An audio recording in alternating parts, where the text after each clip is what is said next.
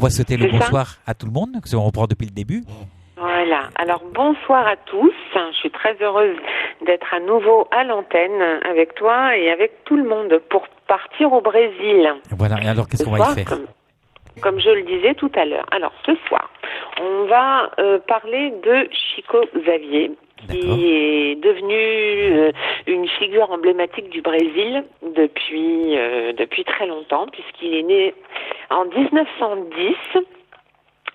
Et c'était un très très grand médium brésilien qui a aussi écrit plus de 400 ouvrages de sagesse et de spiritualité. Dicté sous la dictée, parce qu'il faisait de la psychographie, donc c'est ce qu'on appelle aujourd'hui de l'écriture inspirée, par son guide Emmanuel, mais aussi par de nombreux auteurs, de poètes, etc. Et c'est pour ça qu'il ne signait d'ailleurs jamais ses livres de son propre nom, mais du nom de la personne qui lui inspirait l'ouvrage.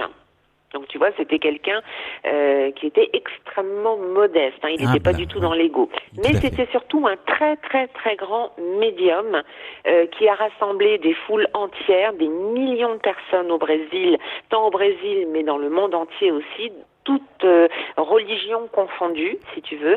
Il a même créé un mouvement d'ordre spirit au Brésil extrêmement important dans la ville d'Uberá, qui était une ville minière et qui est devenue un très très grand lieu de pèlerinage ensuite, grâce à Chico Xavier. Et d'ailleurs, maintenant, au jour d'aujourd'hui, il y a il y a des dizaines et des dizaines de rues au Brésil qui portent son nom.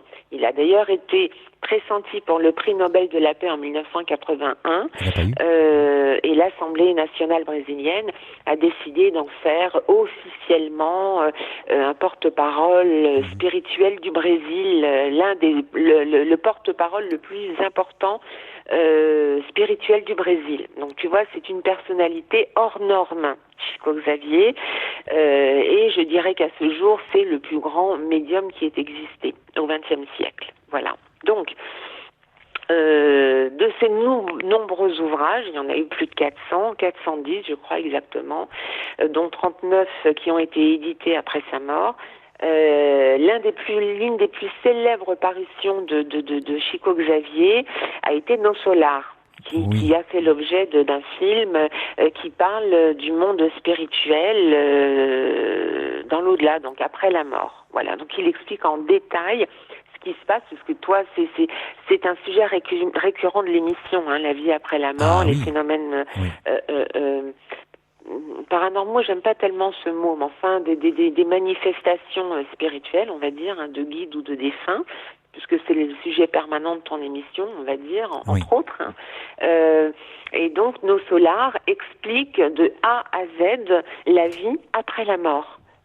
Ce qu'on en doit comprendre, la grande compréhension de la vie après la mort jusqu'à la réincarnation. Voilà, du moment où l'on monte dans l'au-delà et quand on redescend, jusqu'au moment où on redescend.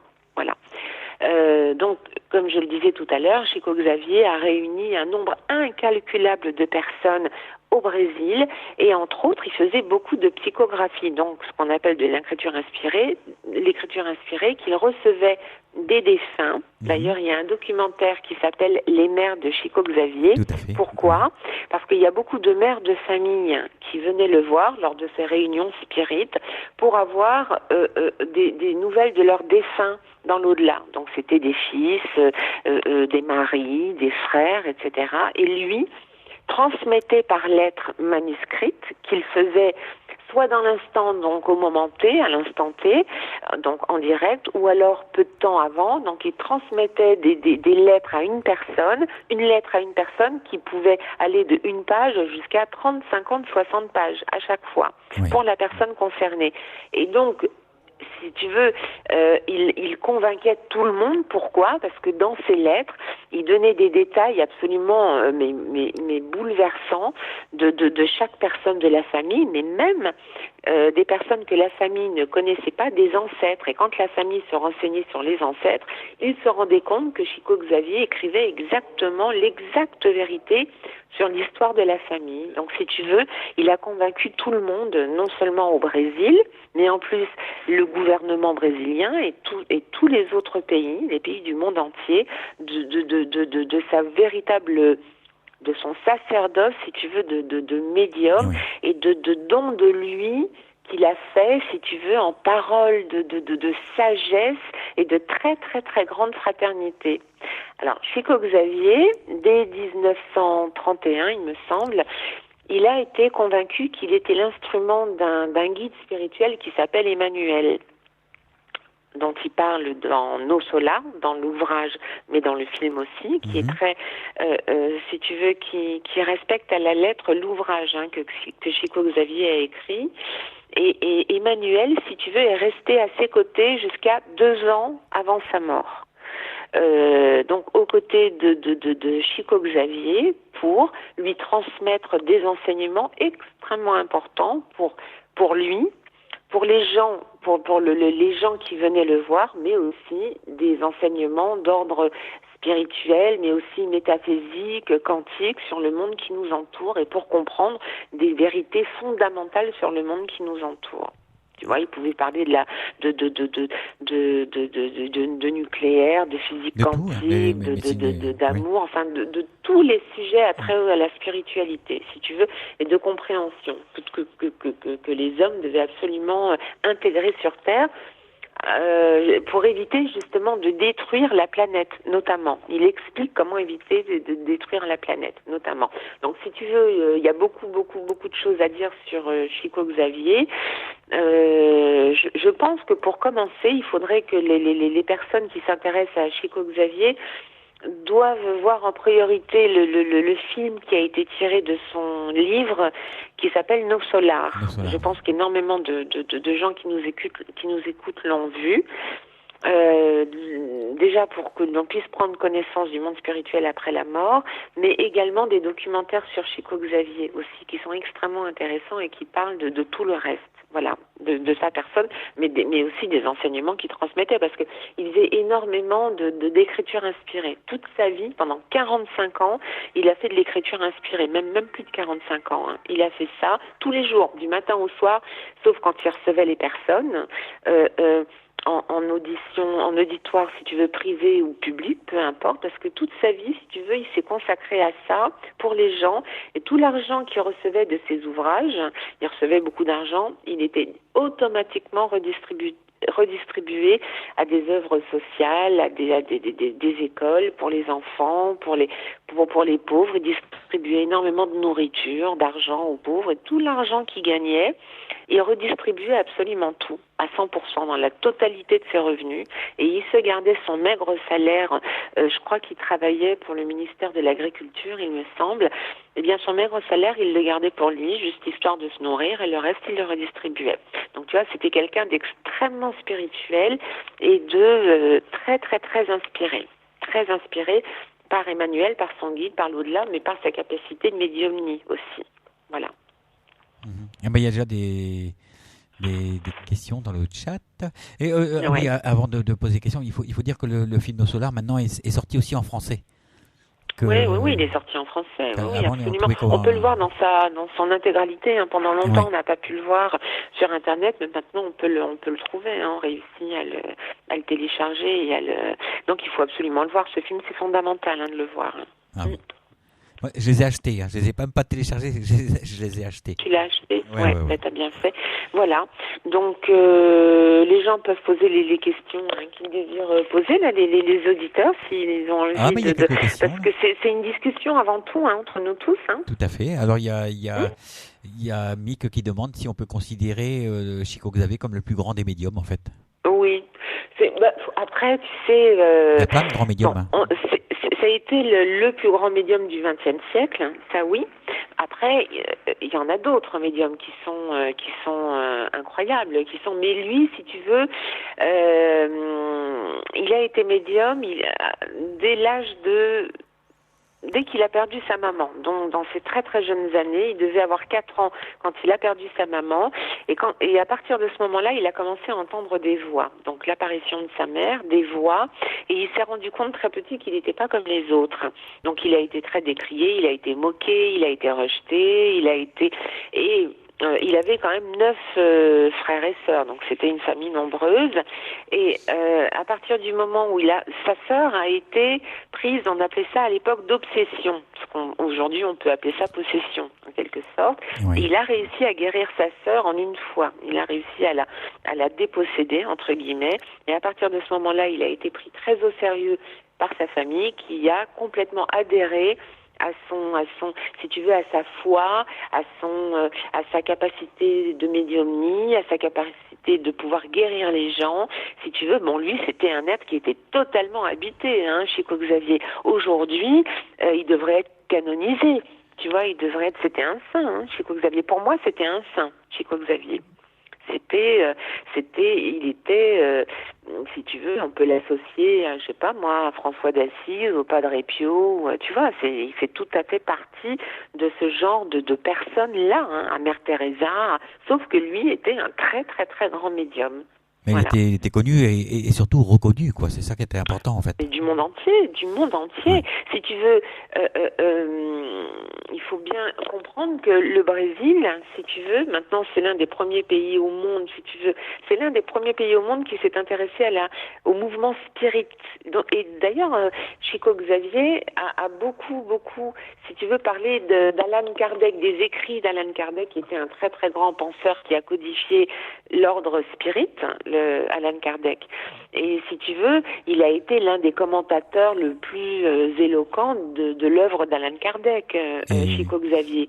Français, mais il a énormément. Donc, si tu veux, il adhérait complètement à tout ce que disait Allan Kardec, parce qu'il disait que c'était très vrai. Donc, Allan Kardec, lui aussi, c'était quelqu'un de très, très inspiré aussi, Allan Kardec, il était très habité, inspiré, il a été, lui aussi, c'était un médium, en quelque sorte, c'était un médium aussi, Allan Kardec, voilà. Donc, si tu veux, c'est un personnage, c'est l'un des plus grands personnages du XXe siècle, Chico Xavier. Il n'y a aucun Brésilien aujourd'hui, et même à l'époque, qui ne connaissait pas Chico Xavier. Tous les Brésiliens aujourd'hui, il n'y a pas un seul Brésilien qui n'ait pas entendu parler de Chico Xavier. C'est pas possible, tu vois. Donc, il a vraiment porté le Brésil et son mouvement spirit à des sommets, quoi. Tu vois, ça a été. Il a fait des révélations qui sont fondamentales pour l'époque et pour aujourd'hui encore. On se réfère à Chico Xavier sans arrêt maintenant, au Brésil, on se rend compte que tout ce qu'il a prédit, tout ce qu'il a dit, tous les enseignements et tout ce qu'il a pu dire aux gens, même en privé, se révélaient exact à 100%, vraiment. Il y a une anecdote qu'on retrouve d'ailleurs dans Les Mères, le documentaire.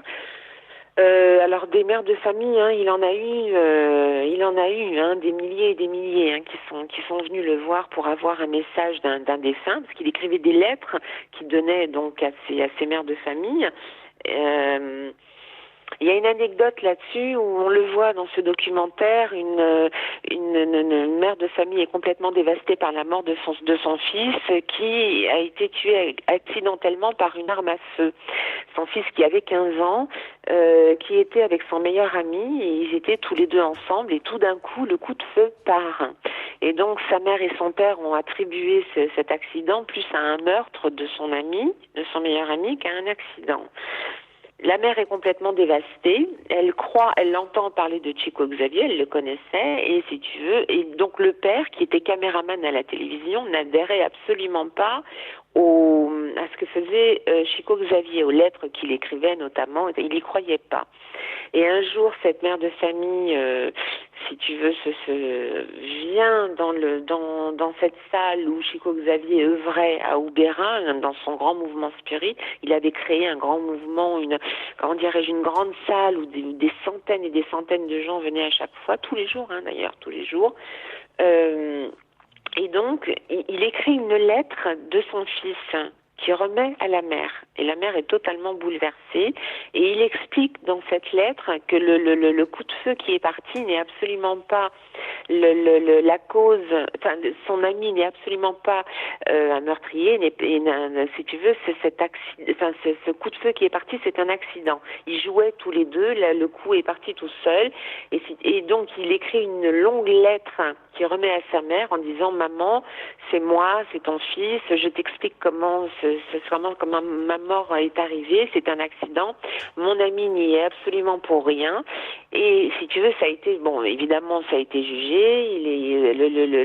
L'ami de son fils est passé en cour d'assises, etc.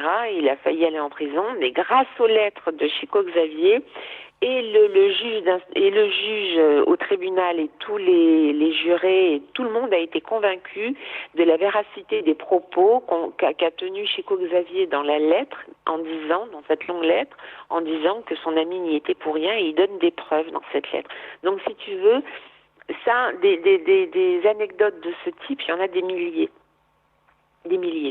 Donc, si tu veux, il a œuvré de plusieurs manières. En tant que médium, en consultation privée et publique, en tant que psychographe, puisqu'il a écrit des centaines d'ouvrages d'enseignement, poète, mais aussi d'enseignement spirituel, d'enseignement à transmettre, que son guide transmettait, mais que les auteurs transmettaient aussi.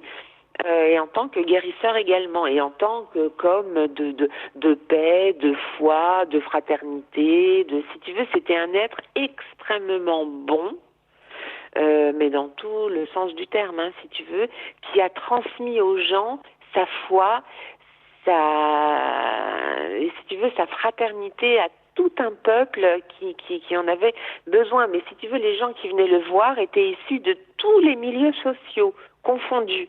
Tous. Il n'y avait pas si tu veux, il n'y avait pas que des personnes d'un milieu social, si tu veux, peu élevé, désargenté. Non, tous les milieux sociaux confondus. Donc il a intéressé tout le monde, de près et de loin. Je veux dire, voilà. Tu sais, si ça vient jusqu'à nous aujourd'hui, et si on en entend tant parler, et si nos solars est de plus en plus lus et visionnés, c'est pas pour rien. Mais il a écrit 410 ouvrages, édités en plus de 30 millions d'exemplaires. Enfin, c'est pas rien, quoi. Tu vois, c'est un monument, quoi. Voilà. Ça y est. Tu es toujours là? Bah oui. Je sais pas. On est presque à passer la musique là. Ah bah tu vois, il y a tellement à dire sur Chico que j'espère qu'il nous écoute aujourd'hui. J'espère qu'il est là et qu'il nous écoute. Alors il y a Océane qui dit comme ça que c'est pas en France que cela arriverait. La reconnaissance d'un médium, ce n'est pas encore d'actualité. Ça viendra. Ça viendra tranquille, quoi. Ça viendra. Mais oui, ça viendra. Il faut que les choses... tu sais, lui, il était brésilien. Donc, en France, il faut juste qu'il trouve son équivalent. Ça peut très bien arriver. Alors, il y a de très, très grands médiums au Brésil et de docteurs en physique, etc. Si tu veux, des personnalités très, très reconnues dans tous les domaines, que ce soit médicaux, physiques, spirituels, etc., disent qu'on ne trouvera jamais son équivalent au Brésil. J'en suis pas si convaincue. Attends. Mais au Brésil, ils sont beaucoup dans les soins, en fait. Pardon ? Au Brésil, il y a les médiums, mais les médiums sont beaucoup aussi dans les soins. Ils sont beaucoup dans le... Chico l'était également. Oui. Quand on est médium, on a assez souvent la capacité de pouvoir soigner également. Oui. Voilà, écoute, si on arrive à la musique, on pourra continuer après et peut-être faire parler un peu les auditeurs aussi. Ils ont peut-être des choses très très intéressantes. Il y a pas mal de questions il y a pas mal de questions dans le chat. Donc, ouais, super. Ouais. Voilà. Très bien. Allez, on va se mettre Voisine ne vient pas. D'accord, à tout de suite, Jeff. Hello, c'est Kate. La psychogénéalogie vous parle ou vous questionne ? Vous voulez voyager dans le temps à travers vos ancêtres et connaître votre héritage ? Je vous invite sur ltu-radio.fr un mardi sur 2 vers 21h. Inscrivez-vous sur LTU Radio pour participer à mon émission. On se donne rendez-vous et à très bientôt.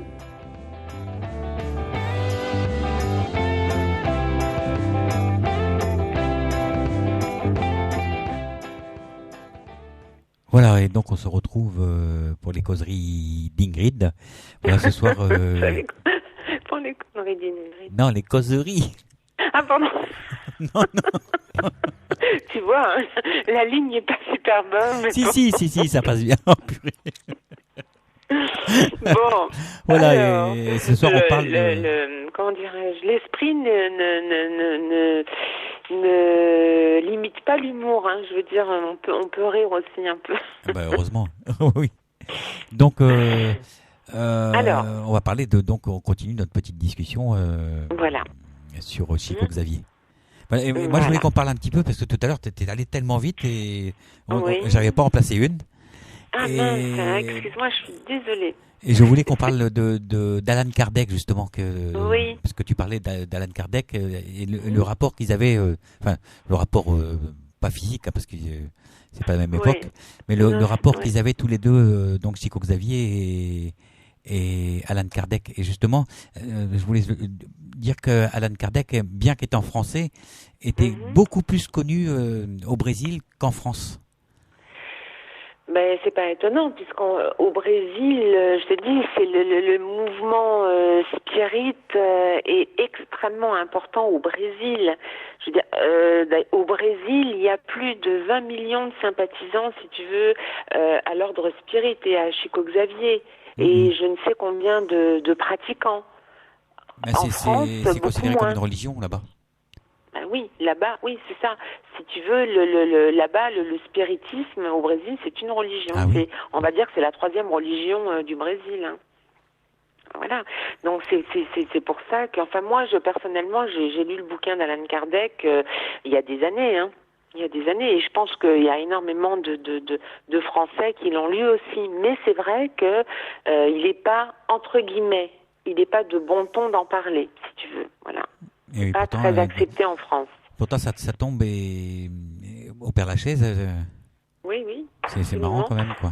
Quand même quelqu'un qui est. Bah, quelqu'un qui je crois qu'il était lyonnais, lui, Alan Kardec, il me semble. Peut-être ça, je ne saurais pas te répondre, je me souviens plus de ça. Si tu le dis, oui, effectivement, oui. Mais on en parlera de plus en plus, hein. Tu sais, des mouvements spirites comme ça, comme les soins, c'est pareil, hein. Les guérisons, les soins, le spiritisme, la médiumnie, etc. Ça va bientôt, dans quelques années, même avant, être dans l'air du temps, hein. Ce sera, si tu veux. D'ailleurs, moi, je me rends compte, hein, autour de moi, quand je parle de guérisseurs, par exemple, hein, puisque moi-même je suis guérisseur, eh bien, j'entends toujours une personne me dire « Ah, mais quelqu'un de ma famille soigne », ou alors s'est fait guérir par un guérisseur, ou alors, et le spiritisme, ça va être la même chose. Oui. On tend vraiment vers le spiritisme de plus en plus, et vers les médiums aussi, vers les médiums, vers la médiumnie, vers les messages transmis. Il y a de plus en plus d'enfants indigos, par exemple. Il y a de plus en plus d'enfants et d'adolescents, de jeunes personnes qui se découvrent médiums. De plus en plus, beaucoup plus qu'avant. Donc ça viendra. C'est en train de vraiment de bouger, mais très très rapidement là, dans ce sens-là. Mais je trouve qu'au Brésil, quand même, il y a beaucoup de, on va dire, de corrélation entre la médiumnité et les soins. Ce qu'en France, on divise. Souvent, en France, il y en a qui sont médiums et il y en a qui sont soignants. Alors que au Brésil, c'est très, très, très souvent les deux. Mais en France, on a tendance à tout mettre, à tout compartimenter.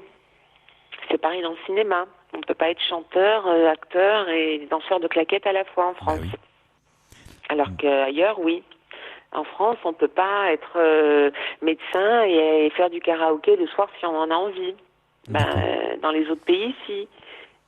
C'est comme ça pour le spiritisme. Et c'est vrai qu'au Brésil, on trouvera aussi beaucoup de médiums au Brésil.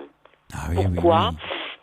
ça, j'en sais rien, ou parce que certainement les esprits sont beaucoup plus éveillés, beaucoup plus capables de raisonner d'une manière spirituelle que nous, qui sommes dans un monde extrêmement matérialiste, bien qu'au Brésil aussi, il faut pas non plus... mais si tu veux, ils sont sur certaines choses, ils sont spirituels, ils sont un peu plus éveillés que nous, donc ils doivent certainement être beaucoup plus avancés dans la capacité de pouvoir soigner ou de pouvoir capter certaines choses, parce qu'ils sont plus avancés que nous dans ce domaine-là. C'est clair. Mais on remarquera aussi que souvent c'est dans les pays pauvres que le côté spirituel se développe. Mais pourquoi? Parce que quand on vit pas dans un monde matériel, que l'on ait choisi ou pas, eh bien, si tu veux, l'esprit s'ouvre à autre chose. C'est clair. Quand on n'a pas le solide, on prend le spirituel en quelque sorte. Voilà, c'est ça. Donc finalement, on pourrait dire que le fait de ne pas vivre comme on l'entendrait sur un plan matériel, c'est une bénédiction.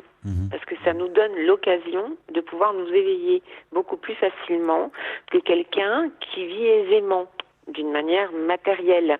Et quand on vit dans un monde très matériel, on n'a pas le temps et on n'a pas envie, et ça ne nous intéresse pas, toutes ces choses spirituelles, parce qu'on a l'impression de vivre si tu veux, d'une manière complète, et d'une manière, alors que c'est complètement faux. On ne vit que dans l'ego. Quand on est dans le matériel, il y a une chance sur deux pour qu'on vive dans l'ego, principalement avec l'ego. Quand on est, j'aime pas dire pauvre, parce que pauvre, ça a une connotation tellement péjorative auprès de beaucoup de gens, alors que ça l'est pas, ce mot. Mais si tu veux, quand on n'a pas le pouvoir de faire les choses que l'on a envie de faire, parce que par manque de moyens, eh bien, on se dirige plus facilement vers la foi et vers les prières, vers les demandes, vers l'ouverture d'esprit, on veut tellement, si tu veux, et alors après, il y a des gens qui ne vivent que dans la prière et qui passent leur journée à demander. Mais ça, c'est pas vivre dans la spiritualité, ça, on est bien d'accord. C'est clair. Voilà. Mais donc, on a plusieurs façons de réagir quand on est riche et quand on est pauvre. Voilà.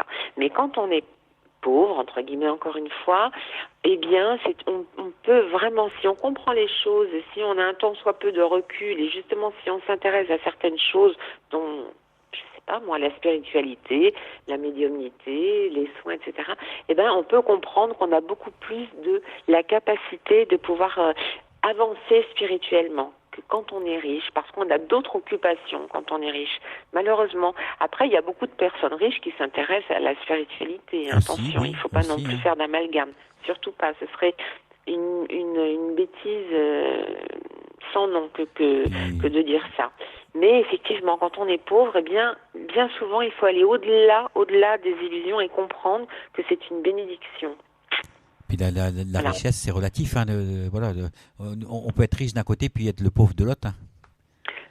Complètement. On peut être pauvre à l'extérieur et extrêmement riche à l'intérieur. Tout aussi bien, oui. Ben, bien sûr, oui, complètement. Il y a Nizou qui demande si Chico Xavier était aveugle ou non-voyant, c'est la même chose, parce qu'il portait des lunettes fumées. Non, il n'était pas aveugle. Si tu veux, quand il écrivait beaucoup. Quand il était très très jeune, il a eu cette capacité de psychographie très jeune, vers 21 ans, je crois, à l'âge de 21 ans. Du coup, et il était très fatigué parce qu'il était très sollicité par les gens de l'extérieur qui lui demandaient beaucoup. Et lui, si tu veux, alors comme il le dit très bien dans le film, quand il travaillait pas, pour lui le se reposer, c'était travailler d'une manière spirituelle. C'est-à-dire qu'il écrivait beaucoup en psychographie, donc il mettait sa main comme ça sur les yeux et de l'autre main il écrivait. Donc il passait ses nuits à écrire. Et quand il écrivait pas, il faisait de la médiumnie pour les gens, ou alors il guérissait les gens. Oui. Et puis pour peu de temps qui lui restait, il allait travailler. Il était tisserand quand il avait 14 ans. Il était tisserand. Il a commencé à travailler très jeune chez Xavier. Ensuite, il a travaillé au ministère de l'Agriculture. Il gagnait très peu d'argent. Mais donc, quand il travaillait pas au ministère de l'Agriculture, il travaillait quand même chez lui. Il écrivait énormément. Et en plus, non seulement il devait se concentrer parce qu'il devait percevoir ce qu'on lui enseignait, ce qu'Emmanuel lui enseignait, ou alors les auteurs. Et donc, si tu veux, il a contracté très très jeune une cataracte. Oui. Donc, il a eu l'œil très très abîmé. D'ailleurs, je me souviens que dans le film, à un moment donné, Emmanuel, donc son guide et son mentor, qui lui parlait sans arrêt, parce qu'il était tout le temps à ses côtés, Emmanuel. Et donc, il arrivait à communiquer avec Emmanuel en longueur de journée, s'il le voulait, il pouvait. Il le voyait, il l'entendait. Et un jour, Emmanuel lui a dit, tu écriras plus de centaines d'ouvrages. Et Chico Xavier l'a regardé en riant et lui a dit, mais comment c'est possible? J'ai pas de papier, j'ai pas d'argent, j'ai pas d'encre, j'ai pas tout ça. Donc, et en plus, j'ai mal à l'œil. Mon œil saigne, j'ai mal à l'œil. Comment peux-tu me dire que moi, je vais écrire autant d'ouvrages? C'est impossible. Et il était dur avec lui, Emmanuel. Il lui faisait pas de cadeau à Chico Xavier, parce que il lui a même répondu, mais attends, tu as 2 yeux, c'est déjà beaucoup, c'est déjà trop. Alors sers-toi juste d'un œil. Donc il était dur, avec Chico Xavier, Il n'a pas toujours été tendre. C'est parce qu'il voulait lui faire comprendre certaines choses, spirituelles. Et donc, il l'a accepté, Chico Xavier, mais il a dû après porter des lunettes pour se protéger. Et il a dû. Et je pense qu'après, effectivement, sa vue a continué de baisser grandement, beaucoup. Et c'est pour ça que quand il marchait, on l'aidait à marcher. On le voit sur l'image que j'ai mise. On voit qu'il a les yeux quand même esquintés, quoi. Oui. Ah oui, il avait les yeux très très abîmés. Ben justement, parce qu'il a tellement écrit en écriture inspirée. Bon, je vais pas dire psychographie parce que c'est un terme peut-être un peu ancien. Maintenant, les gens comprennent mieux avec écriture inspirée. Oui. Lui, c'était l'écriture inspirée. Mais je pense qu'il a fait l'écriture automatique aussi. Je pense qu'il contrôlait pas son bras au début. Alors ça se dit écriture automatique. Maintenant, ça se fait beaucoup moins. Maintenant, c'est plus l'écriture inspirée. Si tu veux, on arrive à comprendre ce qu'on écrit en même temps. Alors que dans l'écriture automatique, c'est le bras qui bouge dans tous les sens. Et alors, tu comprends absolument pas ce que tu écris. C'est après en relecture que des experts arrivent à comprendre ce que tu as écrit, ou même toi-même. Mais enfin, c'est même pas ton écriture. C'est l'écriture d'autres de dessins, quoi. Donc voilà pourquoi, pour répondre à la question de je ne sais plus qui posait la question, je m'en excuse, nous posait la question, effectivement, il était presque aveugle, Chico Xavier. Voilà.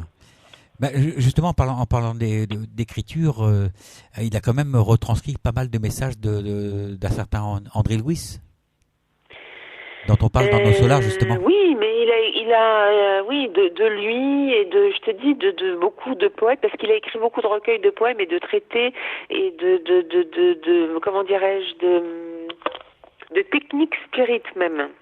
Donc, il a, durant toutes ces très très longues années, cette très longue décennie, il a écrit de beaucoup de gens, et d'André Louis également aussi. Je crois qu'il y a plus d'une vingtaine de livres rien que sur André Louis, je crois. Oui, il a beaucoup retranscrit d'André Louis, des enseignements d'André Louis. Beaucoup. Ah oui, c'est phénoménal, tout ce qu'il a, comment dirais-je, produit. Mais il a toujours dit qu'il était l'instrument. Il n'a jamais écrit un seul livre lui-même, Chico Xavier. C'est ce qu'il disait. Jamais. Il n'a pas écrit un seul livre, Chico Xavier. Les 459 ouvrages, parce que c'est 459 qu'il a écrits, dont 39 après sa mort ont été édités, ont été inspirés par d'autres personnes que lui, par des personnes défuntes. Oui. C'est pas lui. Lui, il n'était qu'un instrument, c'est ce qu'il a dit. C'est pour ça qu'il n'a jamais signé de son propre nom. Jamais. Donc tu vois, il était très honnête. Faut le faire. Je trouve que c'est pas mal quand même d'écrire des bouquins, de pas les signer, quoi. Il y en a qui se seraient empressés, quoi, de mettre leur griffe dessus, quoi. Et lui, écoute, pour moi, ça fait partie d'une des preuves. C'est intangible, quoi. C'est imparable. personne ne pourrait, non seulement ça, bon, il signait pas les ouvrages qu'il écrivait parce qu'il disait, à chaque fois il mettait le nom de la personne qui lui inspirait l'ouvrage à 100%, mais tout l'argent qu'il gagnait, encore une fois, il n'en touchait pas un centime. Il le reversait directement à des œuvres sociales, directement. Donc c'est quelqu'un qui a vécu dans la misère toute sa vie, hein. À la fin de sa vie, sur son lit de mort, on le voit sur une vidéo sur YouTube d'ailleurs, on le voit quelques heures avant sa mort sur son lit. On le voit même, je crois, aux dernières minutes de sa vie, où il y avait un lit, une chaise, une armoire. Avec la personne qui l'a suivi pendant de très très très très nombreuses années, une dame qui le soignait, qui lui donnait ses médicaments, qui le faisait manger, etc. depuis de très nombreuses années. Qui l'appelait ma petite reine d'ailleurs, et elle expliquait que jusqu'à la fin de sa mort, alors il a arrêté sa capacité de médiumnie et de correspondance avec Emmanuel, qui était son guide, hein, je le rappelle, dans l'au-delà, qu'il arrivait à voir et à entendre. Les deux dernières années de sa vie, Chico Xavier a dit: mon incarnation spirituelle est terminée.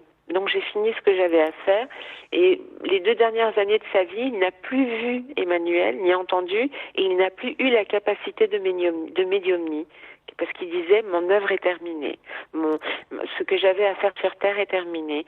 Donc après, il a vécu les 2 dernières années de sa vie, bien malade, mourant, malade. D'ailleurs, une année avant de mourir, il est mort en 2002, Chico Xavier.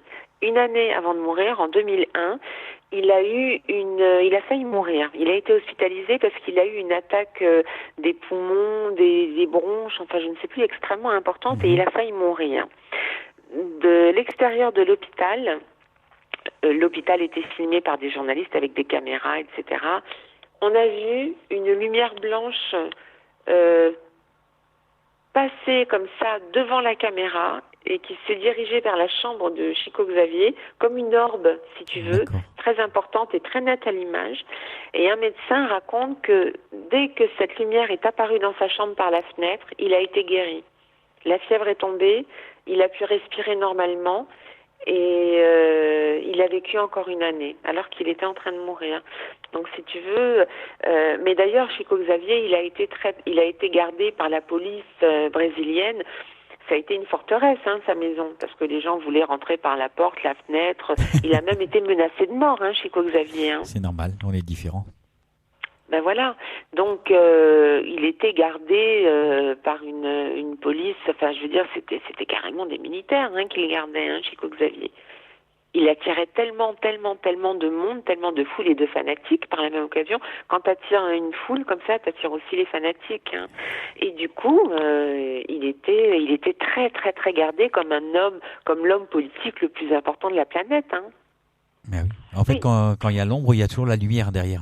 Exactement. Il y a les deux. Exactement. Hein. Oui, ça attire l'ombre aussi, la lumière. Ben, évidemment, ils ont tout essayé contre Chico Xavier. L'ombre a tout essayé, n'est jamais parvenue à quoi que ce soit. Hein.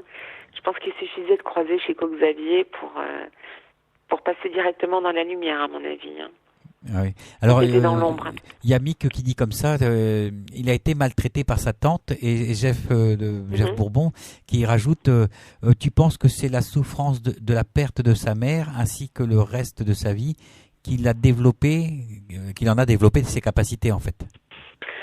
Selon ma conviction personnelle, je pense que moi je ne suis rien hein, pour donner une réponse à cette question-là. Selon ma conviction personnelle, c'est karmique. Hein. C'est quelque chose qui lui était destiné. Il est venu sur Terre, il s'est incarné sur Terre pour être médium. Et en l'occurrence, pour être l'un des plus grands médiums du XXe siècle. Enfin, à mon sens, selon ma conviction personnelle, si Chico s'est incarné dans cette vie-là, eh bien, c'était, pour moi, c'est karmique. Hein. Oui, ça fait parce que, si tu veux, on vit tous la perte d'un être cher à un moment donné ou à un autre dans sa vie, frère, sœur, ami, père, mère, etc. On ne devient pas médium pour autant alors qu'on va ressentir la même souffrance que Chico Xavier. Il a perdu sa mère quand il avait 4 ans, je crois. Oui, mais il faut quand même reconnaître que bon nombre de médiums ont eu des enfances assez compliquées quand même. Tous les les médiums. Ouais. Tous les médiums, je pense aussi aux guérisseurs, hein, ont vécu des vies extrêmement difficiles, de souffrance. Tout ça, ça fait partie de l'incarnation et de l'activité médiumnique. Je pense que pour être médium, pour être un véritable médium, pour être quelqu'un qui a des médiums, il y en a beaucoup sur Terre, hein, et c'est comme toutes les activités du monde. Il y a les bons, les moins bons, les moyens, les mauvais, les honnêtes, les malhonnêtes, etc. Mais je pense que pour être un médium, un très très bon médium, et pour être quelqu'un de très grand sur le plan spirituel et très éveillé, très grand, et qui peut vraiment apporter sa pierre à l'édifice, qui a vraiment la capacité d'aider les autres avec énormément de, comment dirais-je, de savoir-faire, de capacité, d'honnêteté, etc. Eh bien, je pense que ça ne peut être qu'une comment dirais-je, quelque chose qui a été établi à l'avance, un contrat passé dans l'au-delà. Toi, tu seras médium dans cette vie-là, et tu auras une vie très difficile, tu auras une vie de souffrance. Parce qu'en général, les médiums qui sont de grands médiums ont des vies de souffrance, ont des vies de solitude, de souffrance, d'incompréhension, mais de douleur physique également. Ils sont souvent migraineux. Ils ressentent la douleur plus que les autres, en général. Quand ils ont 38 de fièvre, ils vont se sentir très malades. Ils sont très sensibles, hein, les médiums, physiquement. Mais oui. Aussi. Donc, si tu veux, pour répondre à la question, je pense que non, que c'était karmique, c'était la vie qu'il devait mener dans cette vie-là. D'ailleurs, il a parlé après de sa prochaine incarnation, hein, à Chico Xavier. Et Emmanuel, il dit qu'Emmanuel, son guide, s'est incarné en 2000 sur Terre. D'accord, donc c'est peut-être pour ça que lui n'avait plus de message de 2001, de 2000 à 2002, quoi. C'est pour ça. C'est parce que Emmanuel s'est incarné sur Terre en 2000 et il était prévu que dans l'incarnation d'Emmanuel, il devienne un très très grand éducateur pour enfants. Toujours oui, pour faire avancer les gens. Au Brésil, toujours au Brésil. Eh oui. Au Brésil. Alors. Donc, si tu veux, d'ailleurs, la maman de Chico l'a beaucoup aidé dans son enfance. Sa mère lui apparaissait dans son enfance pour l'aider parce qu'il avait justement une tante, pour revenir donc à la question, qui le maltraitait, qui ne l'aimait pas et qui le maltraitait. Oui. Beaucoup, parce qu'elle ne supportait pas la différence. Lui, il avait des capacités très très tôt, hein, Chico Xavier, dès 4 ans. Donc, on voyait bien que c'était pas quelqu'un comme tout le monde. Mais lui, d'ailleurs, il l'acceptait pas étant enfant, hein, Chico Xavier. Il voulait être comme tous les petits enfants. Hein. Il voulait pas qu'on l'accapare. Il voulait pas qu'on lui pose plein de questions. Mais c'était plus fort que lui. À chaque fois qu'il sentait quelque chose ou qu'il pressentait quelque chose, ou qu'il fallait qu'il le dise, il le disait. Donc, ça ne lui attirait que des ennuis. Donc, il était maltraité par tout le monde, sauf quand il a soigné sa sœur plus tard, bien des années plus tard, il a soigné sa sœur quand c'est devenu un jeune homme qui était possédé. Il y a beaucoup de gens brésiliens qui sont possédés. Bon, ça c'est un autre débat. Eh bien, à partir de ce moment-là, sa famille l'a pris vraiment, vraiment, vraiment au sérieux. L'a pris Chico Xavier sous sa coupe, l'a protégé, et c'est son fils qu'il a adopté, c'est aussi son neveu, etc., qui lui ont servi comment dirais-je, d'intermédiaire entre le peuple et lui, qui l'ont protégé. Il a eu besoin d'avoir un rempart autour de lui, et c'est sa famille, hein, qui a, oui et non, parce qu'il a aussi, à un moment donné, été mis à la porte de chez lui, parce que les gens venaient en très grand nombre et qui dérangeaient la famille, donc on lui a demandé de partir. Il est parti à un moment donné. Et puis il a fondé en 1927 ce très grand centre spirit à Ivérega qui s'appelait Don Gonzela, ou je me souviens plus du nom, pardonne-moi, et qui est devenu l'un des lieux les plus spirites où les plus grands médiums du monde aussi se retrouvaient chez lui aussi. Tu vois, donc il a beaucoup échangé aussi avec d'autres médiums aussi, Chico. Il y a plein de centres spirites là-bas au Brésil. Hein, oui, il y en a beaucoup. Il y en a beaucoup, mais c'est lui qui a vraiment été fondateur de ce mouvement-là. C'est lui qui l'a créé. Et il a créé des tas de choses. Hein. Il a créé des tas de mouvements, Chico Xavier. Hein. Des mouvements de compréhension, comment dirais-je, d'enseignement spirituel et autres aussi. Hein. Autres, pas que dans le domaine de l'éducation, dans le domaine des fins. Il a créé beaucoup de choses, Chico Xavier. Beaucoup de choses. On ne sait pas tout sur lui. Alors, il a mené une vie de saint, quoi, hein, vraiment. Ouais. Mika qui dit comme ça, dans le film Data Limite, on dit qu'il était en contact avec des intelligences d'autres planètes. En clair, il avait des messages avec des extraterrestres. Oui, tout à fait. C'est le cas. Oui, il avait des messages avec des extraterrestres, absolument. Et donc, il a délivré des messages à dimension, comment dirais-je, de compréhension qui étaient destinés à des gens qui étaient docteurs en physique ou qui étaient... parce qu'on voit très peu de choses dans les reportages sur Chico Xavier. Il y a très peu de... Mais il y a eu plus de... 120 ouvrages qui ont été écrits sur lui au Brésil. Et je te parle de ça en 1970, 1972. Alors imagine depuis, il y a dû y en avoir des dizaines et des dizaines d'autres. Hein. Mais déjà à l'époque, il y en avait énormément sur lui. Et donc lui, si tu veux, quand il transmettait des messages à connotation extraterrestre, eh bien, elles étaient destinées à des gens qui étaient à même de pouvoir les comprendre. Et lui, il s'en chargeait parfaitement. Hein. Il pouvait tout expliquer, Chico Xavier. Hein. 26, l'invité 26. Je pense qu'en France, il va y avoir de plus en plus de médiums guérisseurs, car il va falloir envoyer beaucoup de prières et d'amour pour notre planète. Ben, il parlait de ça, Chico Xavier. Il parlait de ça. Hein. Il disait que il y avait que l'amour. Enfin, en gros, je synthétise parce que s'il y a une chose qu'il fallait comprendre, c'était juste ça. C'était l'amour. Il disait qu'il fallait aimer sans rien attendre en retour, jamais. Que c'était la seule façon d'aimer, c'était celle-là. Si on se demandait comment il fallait aimer sur Terre, eh bien, lui répondait comme ça. Il disait que c'était la seule manière. C'était d'aimer sans jamais rien attendre en retour, aucun résultat, ni rien. Et que c'était ce qu'il y avait de plus grand, de plus spirituel et de plus élevé sur Terre. C'était ça. Voilà. Alors on va se faire une pause musicale. Une petite pause musicale. Alors ce sera Calogero, le portrait. Donc, d'accord. Pour rester un petit peu avec les choses de l'au-delà. Oui. Très bien. Puis on se retrouve, tout de suite après. Voilà. À tout de suite. Allez, à tout de suite.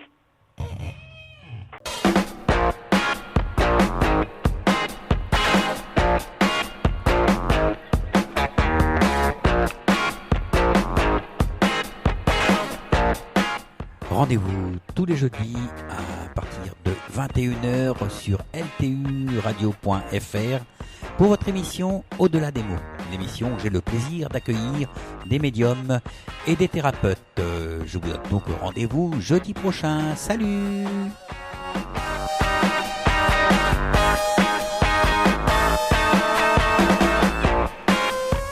Voilà, et on se retrouve pour la dernière partie de l'émission Les Causeries d'Ingrid, consacrée aujourd'hui donc à la vie de Chico Xavier.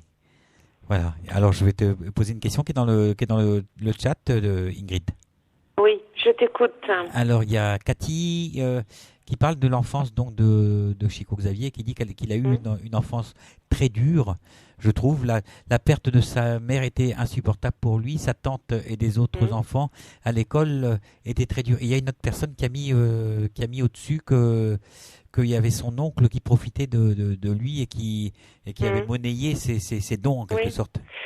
Oui, il y a eu ça. Oui, mais bon, ça c'est... Je suis d'accord, il a été, si tu veux, on a beaucoup profité de la notoriété et de l'argent que rapportait Chico Xavier, mais il a eu aussi une belle-mère qui a été très gentille avec lui et qui malheureusement est morte en couche, qui le comprenait et qui savait qu'il avait de réelles capacités de communication avec l'au-delà, Il a eu aussi un ami qui était prêtre, qu'il a gardé de nombreuses années comme ami. Il n'adhérait pas, si tu veux, son ami prêtre n'adhérait pas réellement à ses pratiques spirites de communication, etc. Parce que c'était pas du tout en corrélation avec ce qui était marqué dans la Bible. Enfin, de ce que le prêtre pouvait en comprendre, mais ils étaient très très très amis. Bon, ceci dit, c'est vrai qu'on a beaucoup reproché à Chico de pas et son père aussi, hein, beaucoup profité de lui. On a profité. Bon, mais c'est pas ce qu'il y a le plus important. Ça, hein. Ce qui est le plus important, c'est sa vie après, tout ce qu'il a donné, tout ce qu'il a. Grâce à lui, quand même, le Brésil est devenu une patrie d'adoption du spiritisme. Tu vois, ça c'est hyper important. Et il porte Chico Xavier le drapeau universel de paix, et 2 fois quand même dans un contenu très très très profond de connaissance humaine, si tu veux. C'est ça qu'il faut retenir de lui. Son enfance, effectivement, il a eu une enfance très difficile. Il y a beaucoup de gens qui ont une enfance aussi très très difficile et qui ne sont pas pour autant médiums. Il y en a beaucoup aussi. Lui a souffert beaucoup parce qu'il s'est senti très très seul avec ce qui lui arrivait, avec les communications de l'au-delà qu'il avait. Pour lui, ça a été difficile à porter pour ses petites épaules, à lui tout seul. Mais si tu veux, comme lui a dit son guide Emmanuel, c'est bien peu de choses en comparaison de tout ce que tu vas faire après. C'est bien peu de choses. Et sa maman lui disait, mon fils, quand elle lui apparaissait, lui disait, et même son guide lui a dit, Emmanuel lui disait, ce que tu vis enfant, le rejet que tu vis, et c'est ce qui est le plus difficile. Le meilleur sera pour après. Ben oui. Donc ce qu'il a vécu étant enfant, c'est ce qui a été le plus dur pour lui, effectivement. Mais il a tellement été célèbre qu'il est passé en radio, il est passé à la télévision, il est... Ah ouais. On se moquait de lui même à la télé. Hein. Ouais. Bah, avec ses culots, mais pas longtemps. Pas longtemps. Les animateurs se moquaient de lui, parfois. Ouais. Les animateurs, les commentateurs radio, et jusqu'au jour où un journaliste aussi est venu, s'est intéressé et a filmé. Il est resté pendant plusieurs semaines dans ce mouvement spirit à Yoruba. Tous les jours, il est resté là et il filmait tout ce qui s'y passait. Et il a fait une série de documentaires sur Chico Xavier en œuvre, quand il consultait. Et c'est ça qui a permis de faire connaître Chico Xavier dans le Brésil, et à partir de là, il a été pris très très très au sérieux. Je veux dire, Chico Xavier, il a passé la majorité de sa vie en tant que quelqu'un de très reconnu, très sérieux et qui a porté le Brésil comme un étendard, si tu veux, de paix, de foi, etc. Donc si tu veux, les années, ces jeunes années en tant que petit garçon de souffrance, etc., on peut dire que c'était bien peu de choses comparé à ce qu'il allait devenir après. Hein. Oui, mais à partir de quand il a commencé à être vraiment connu, quoi, ou reconnu plutôt? À partir de quel âge? À partir du moment où il a créé son mouvement spirit comme ça à Yoruba vers 19... Je crois que tout à l'heure j'ai fait une erreur. Je crois que j'ai dit 1927 alors que c'était 1957 par là. Où il a créé son mouvement spirit, mais il a été reconnu assez tôt, très tôt, hein, parce on venait le voir, même quand il était jeune homme, hein, il y a des foules entières qui venaient le voir, donc il était déjà connu, et c'est grâce à ce journaliste, je sais plus dans quelles années c'était, mais c'est ce journaliste vers 1930, dans les années 30, je sais plus trop, qui a tourné une série de reportages sur lui, même après, hein, non, c'était après, une série de reportages sur lui qu'il a vraiment fait connaître à la télévision, dans le journal écrit et à la télévision. On a passé toute cette série de reportages et à partir du moment où les gens ont vu tous ces reportages, il a été pris en considération et au sérieux de suite.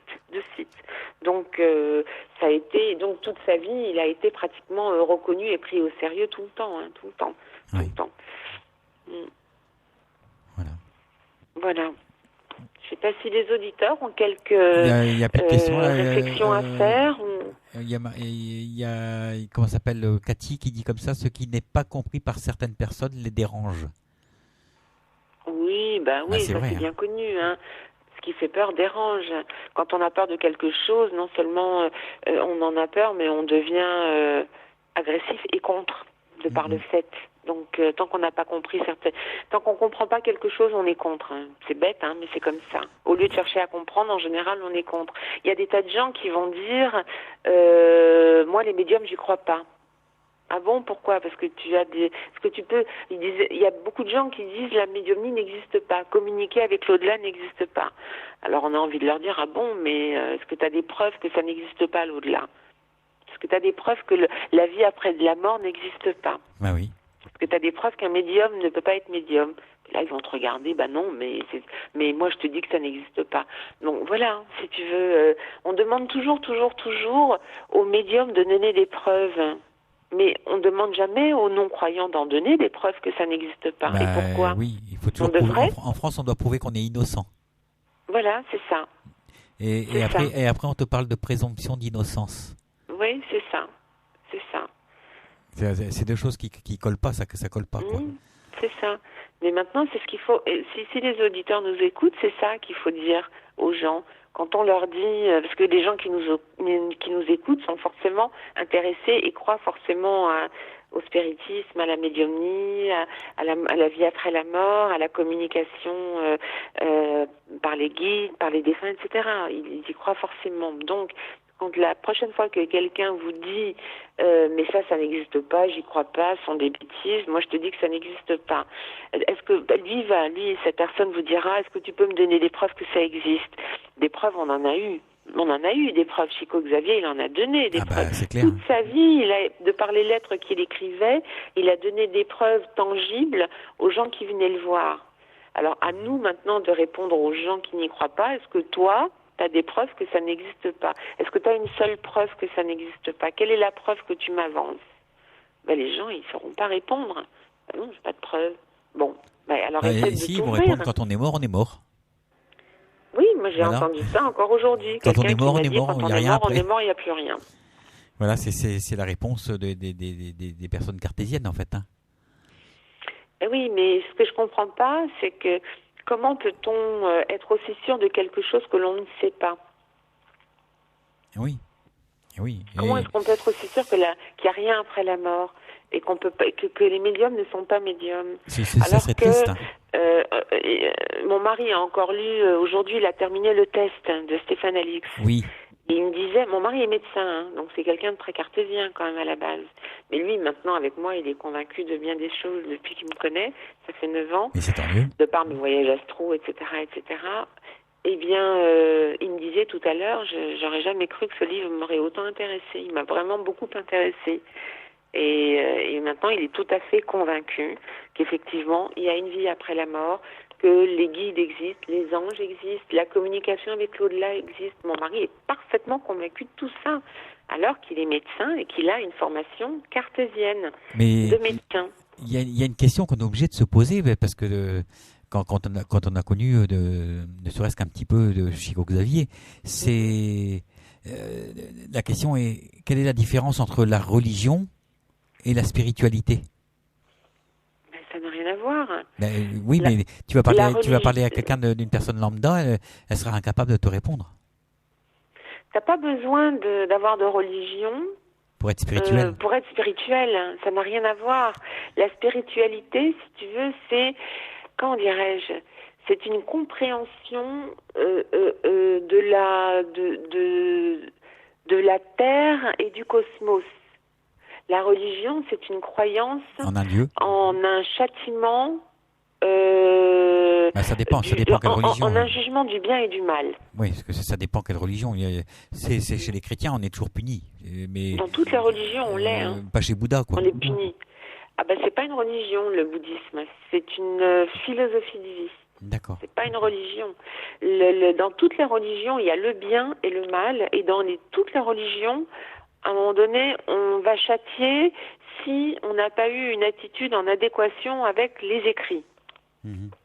Bon, Très bien, d'accord. Sauf que nous, tous les défunts, les guides spirituels, et qu'on les appelle guides, anges, archanges ou ce qu'on veut, c'est pas grave, ça n'a pas de nom pour moi. Ce sont des forces spirituelles.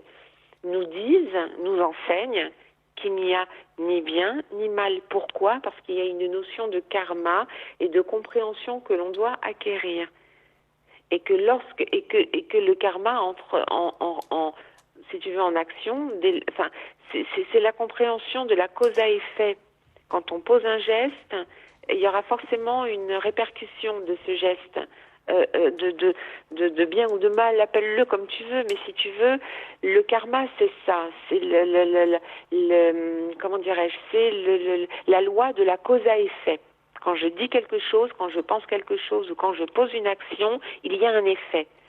Ça, c'est la loi du karma. Ça, c'est le karma. Ça, c'est pas une religion. Ça, c'est la spiritualité. C'est la vérité, si tu veux, universelle. Quand tu plantes une graine, il va germer quelque chose. Oui. Si tu plantes une bille, ben, il va rien germer. C'est ça le karma. C'est quand tu fais du mal à quelqu'un, eh bien, en parole, en pensée ou en action, eh bien, quand tu seras dans l'au-delà, tu n'auras pas de châtiment, tu ne seras pas jugé, on ne va pas te dire, toi, tu vas aller en enfer et puis pas toi. C'est pas ça. C'est que jusqu'à ce que tu comprennes ce que tu as fait, eh bien, tu seras obligé d'y travailler jusqu'à ce que tu aies compris, que tu sois capable de revenir sur Terre, soit pour être mise en confrontation avec ce que tu avais vécu dans la vie précédente que tu n'as pas comprise. Ça peut être l'abandon, le rejet, l'avarice, la jalousie, le suicide, ce genre de choses. Donc soit tu choisis, avant de te réincarner, de revivre les mêmes choses pour pouvoir avancer, pour pouvoir agir différemment. Soit tu as compris, une fois que tu es monté, parce que tu as beaucoup travaillé dans l'au-delà et tu as compris, et tu veux vivre d'autres expériences que tu n'as pas encore intégrées. Ça, c'est pas la religion. Ça, c'est la spiritualité, c'est juste la vie après la mort, où il n'y a pas de religion. Il y a Dieu. Alors, dans certaines religions, ça s'appelle Dieu. Dans une autre, ça va s'appeler Allah. Dans une autre, ça va s'appeler différent. Donc, pour chaque religion, le nom de Dieu est différent. Mais ça, c'est pas grave. Ça veut dire exactement la même chose. Dieu, c'est un. Et nous tous, c'est pareil. On n'est pas un. On est tous unis. Et on est la même chose. On est une parcelle divine. Donc, il n'y a pas de. Ça, c'est pas la religion. En même temps, Dieu, c'est celui qui n'a pas de nom. Ben voilà, exactement. Donc, ça, c'est très sage comme parole. Voilà, c'est comme ça qu'on l'appelait dans le temps. C'est ce que ça veut dire, Dieu, en fait. Hein. Ben, c'est ça. Dieu n'a pas de nom. Pourquoi on l'appellerait Dieu? Pas plus qu'un autre nom. Si tu veux, c'est une force spirituelle immense qui régit les choses, et qui n'a pas de commencement ni de fin. C'est comme ça. Là, on rentre dans un autre débat quand même. Mais oui. Si tu veux, bon, voilà. Et donc, il y a énormément, pour en revenir à Chico Xavier. Il n'y a pas que les chrétiens qui s'intéressaient à Chico Xavier. Il y a toutes les religions du monde qui ont reconnu Chico Xavier comme étant un immense médium qui communiquait avec l'au-delà. Que ce soit pour faire de la médiumnie ou pour transmettre, ou alors en psychographie, en écriture inspirée. D'accord. Voilà. C'est ça qu'il faut retenir. Et ça, c'est très important de le dire. C'est qu'il attirait toutes les religions du monde, Chico Xavier. Donc ça prouve bien que la médiumnie, que le fait d'être médium n'a pas les faveurs d'une religion. C'est archi-faux que de dire ça. Il est regrettable que certaines religions n'acceptent pas cet état de fait, de médiumnité. Il y a beaucoup de religions qui la rejettent, la médiumnité. Ah bah oui. Ben oui. Bon.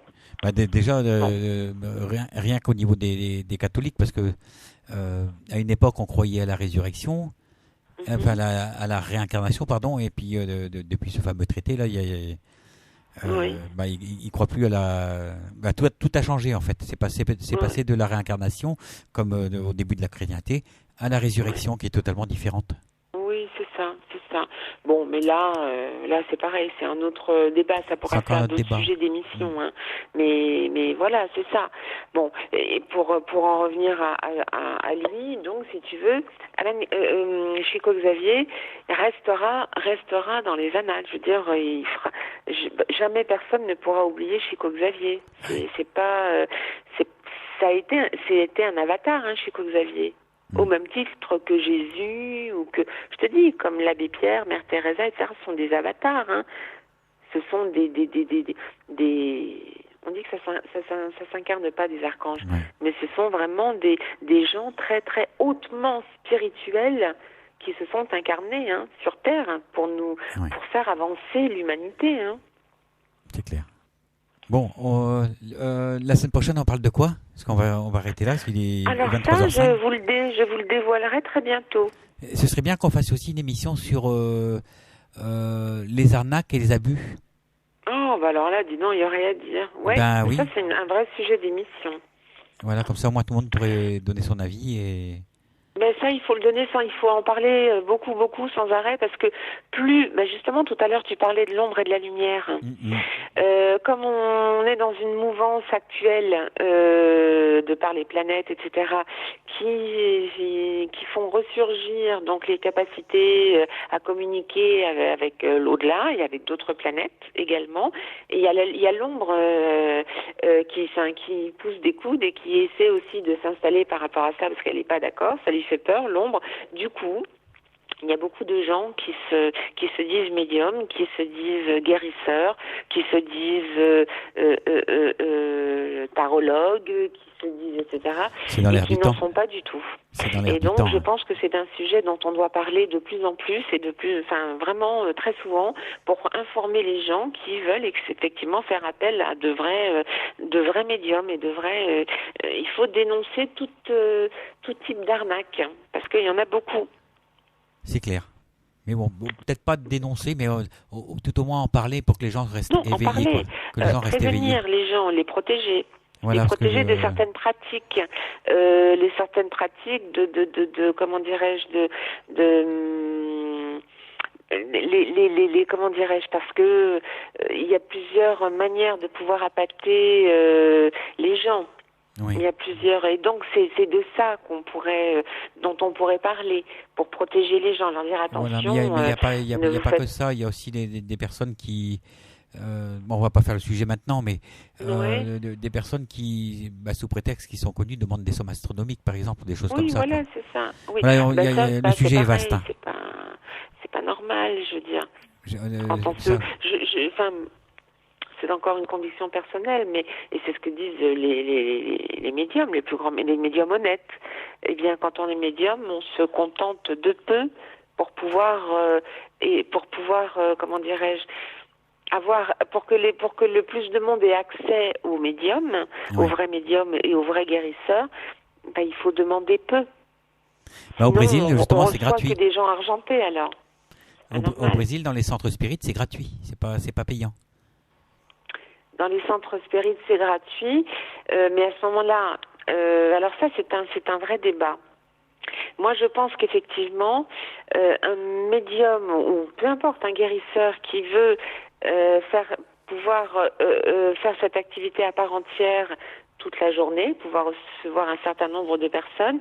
Oui. Si à un moment donné, il n'est pas rétribué, il fait comment pour vivre? Voilà, alors... Il peut arrêter son activité, il peut pas continuer. Non, c'est là où il y a une erreur, c'est que c'est gratuit, mais on doit donner quelque chose, selon ses moyens. Oui, c'est ça, selon ses moyens, bien sûr. Voilà. Évidemment que oui. Et nous, bientôt, à la radio, c'est ce qu'on va... C'est un petit peu vers là qu'on va aller. Aller, oui, c'est ça. Mais pour que quelque chose puisse vivre, il faut bien le nourrir, il faut bien une fleur a besoin d'eau. Voilà, donc...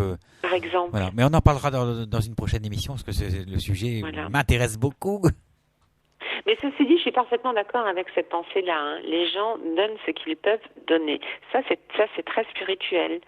Donnez ce que vous pouvez. Moi, si quelqu'un me dit je peux pas payer, je peux pas, mais j'ai mal, je souffre, qu'est-ce que tu crois que je vais lui répondre? Ah c'est pas grave, vous reviendrez le mois prochain. Certainement pas. Ah oui. ce n'est pas grave, je vous soigne quand même, ce n'est pas grave. Et donc, c'est pour ça que j'en vis pas encore suffisamment. C'est parce que j'ai tendance à pas vouloir faire payer les gens. Mais c'est pas la bonne solution non plus, parce que sinon on ne peut pas, on est obligé d'arrêter alors. Et là, on peut plus aider les gens.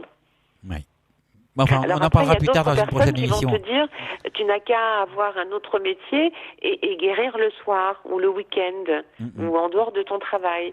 Sauf que après, c'est une question de choix. Par exemple, moi, Ingrid, on en parlera dans la prochaine émission. Pardon. On va pas faire le sujet maintenant encore. Ok, Jeff. Très bien. Voilà. On reparlera de ça plus tard. Oui, parce que franchement, le sujet est intéressant. Voilà, quoi. Oui, absolument. Oui, voilà. tout à fait. Bon, j'espère que l'émission de ce soir, en tout cas, aura intéressé les auditeurs et puis que ça les amènera à acheter, à se procurer les œuvres de Chico Xavier. Ça, ce serait bien. Eh oui. Pour faire avancer l'humanité. Il faut découvrir ce qu'il a écrit au travers des enseignements qu'il a reçus, parce que le but c'est pas de parler Chico Xavier, point, ça sert à rien.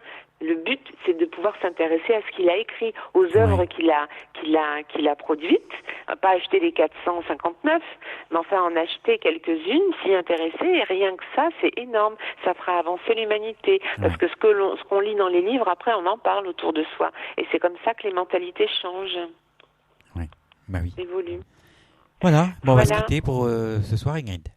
Oui, d'accord, très bien. J'embrasse tout le monde, puis toi au passage, tiens. Bah oui.